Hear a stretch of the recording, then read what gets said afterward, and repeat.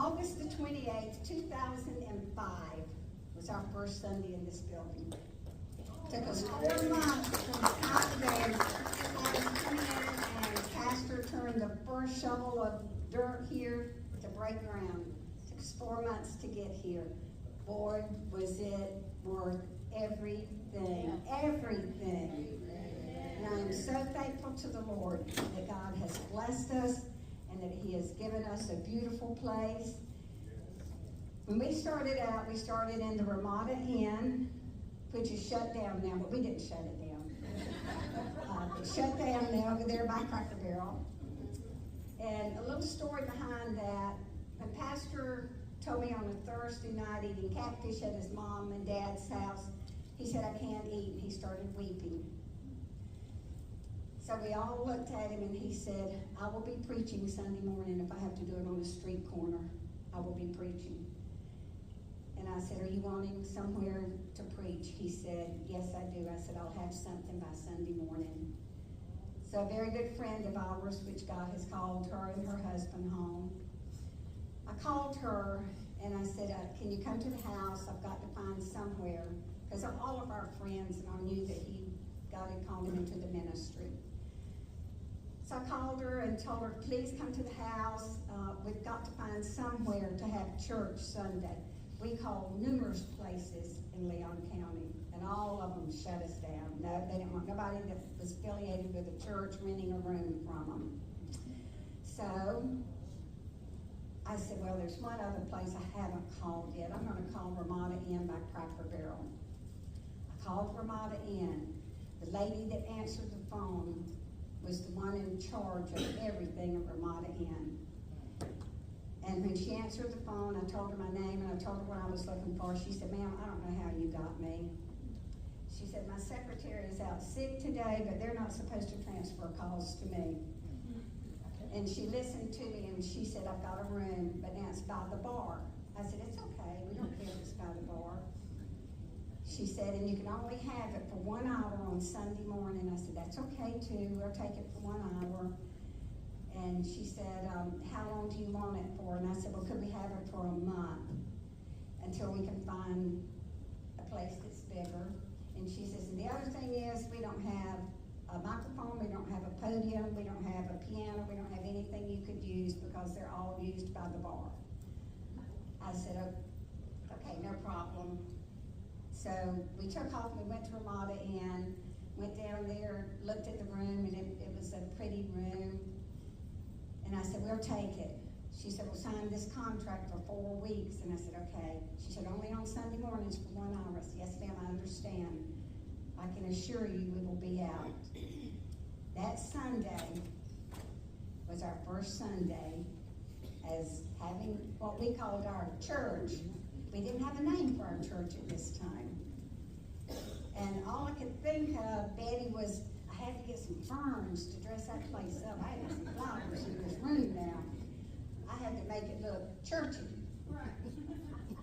So we drove up that Sunday morning not knowing who was going to be there other than our children and a couple of people that said they were coming. But we drove up, and the first person I saw was Sister Emma and Brother Gene. And Emma's always laughed. She said, "I saw you coming with your flowers." She said, "I knew you were going to have church. I have to have flowers in the church." Well, that Sunday we had 19 people that came. And because somebody told somebody told somebody. It was an awesome time. But we couldn't have church on Wednesday nights, so we were looking for somewhere to have church on Wednesday nights. And Jay, our son-in-law's father, called and said, "You can have church in my home on Wednesday nights." They lived in Killearn. Jay's father was not going to church, but his mother was, and she was one awesome piano player. Let me tell you, never had a lesson, started playing the piano when she was 8 years old at the Church of God in Monticello, Florida, for her daddy, who was a pastor. He put her on a stool and said, "You're going to play. I need a piano player." Jay's mother was there that Sunday when we walked in that room at the Ramada Inn, and guess what? They had a podium, they had a microphone, they had a piano sitting there. And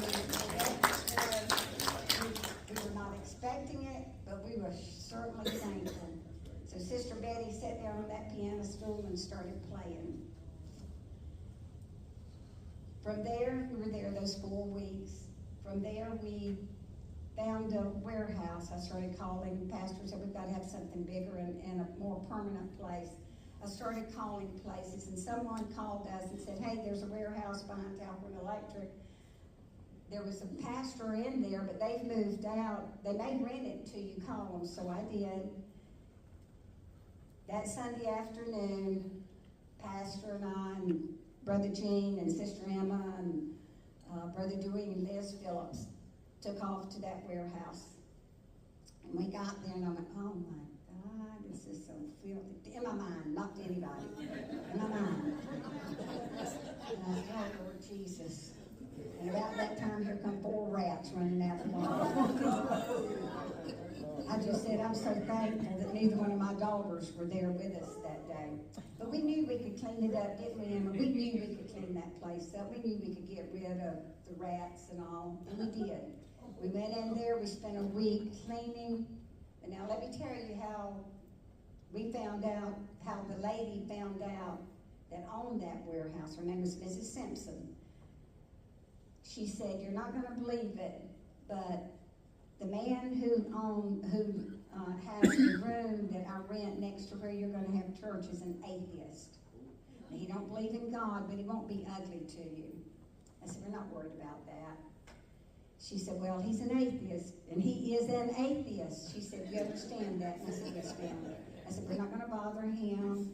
She said, well, I just want you to know he's an atheist. Yes, ma'am, that's fine. We don't care. We'll just be praying for him. She said, oh, honey, don't get your prayer to him. I tell you. And I said, okay. I said, it's all right. So we started there because an atheist spoke on our behalf and said, hey, they want to have a church in there. Why don't you rent it to them? Out of the lips of an atheist, I pray this day that this man has gone to heaven. I really do. And this man was extremely nice to us when we were cleaning and getting rid of rats and the stink and everything. And it had 1 bathroom in it, 1 stall, 1 lavatory.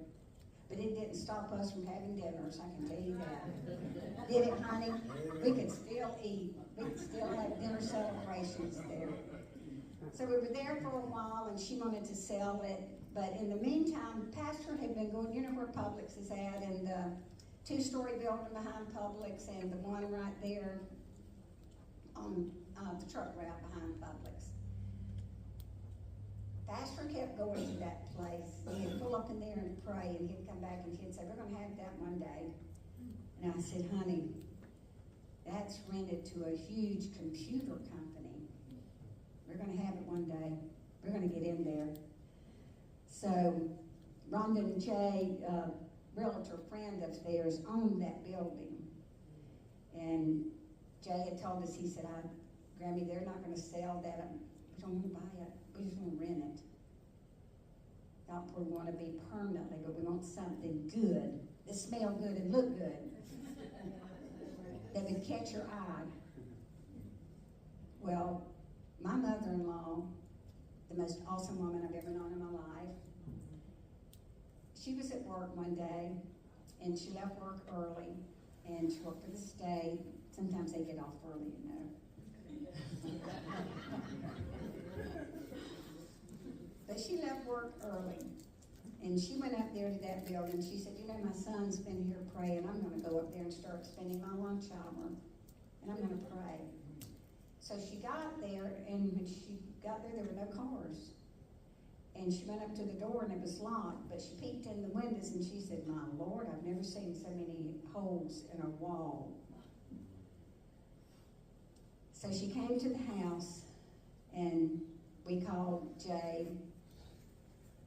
Ronnie called the lady that worked for the realtor, and he said, listen, this building I've been talking to you about that I would like to rent for a church. She said, sir, it's a contract. You can't have it. He said, well, did you know your building's empty? She said, no, it's not. I think they still had 3 years on their contract. He said, ma'am, they vacated the building. It's empty. So she took off over there to meet Ronnie. And when she got there and opened up the doors, I mean, they had pulled computer wires, cables, everything they had out of the wall. It was a mess. But when God speaks to you, listen. Don't you give up. It didn't happen instantly, but it happened. So we got in there, we stayed there 10 years in that building, and also rented the 2-story building for our children's church and all. Wonderful time. Well, from that day that we moved in our church up here in 2005. They have never rented to anyone but another church.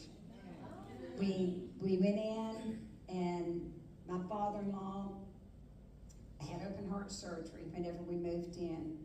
But 10 days later, he was sitting on the floor, and he was scooting, because he was a painter, and he was scooting, painting as far up the walls as he could. And he said, I'll get this painted, and we'll get these holes patched, which I got the holes patched and all, and redone the place. It's beautiful on the inside. Boy, did we have church there.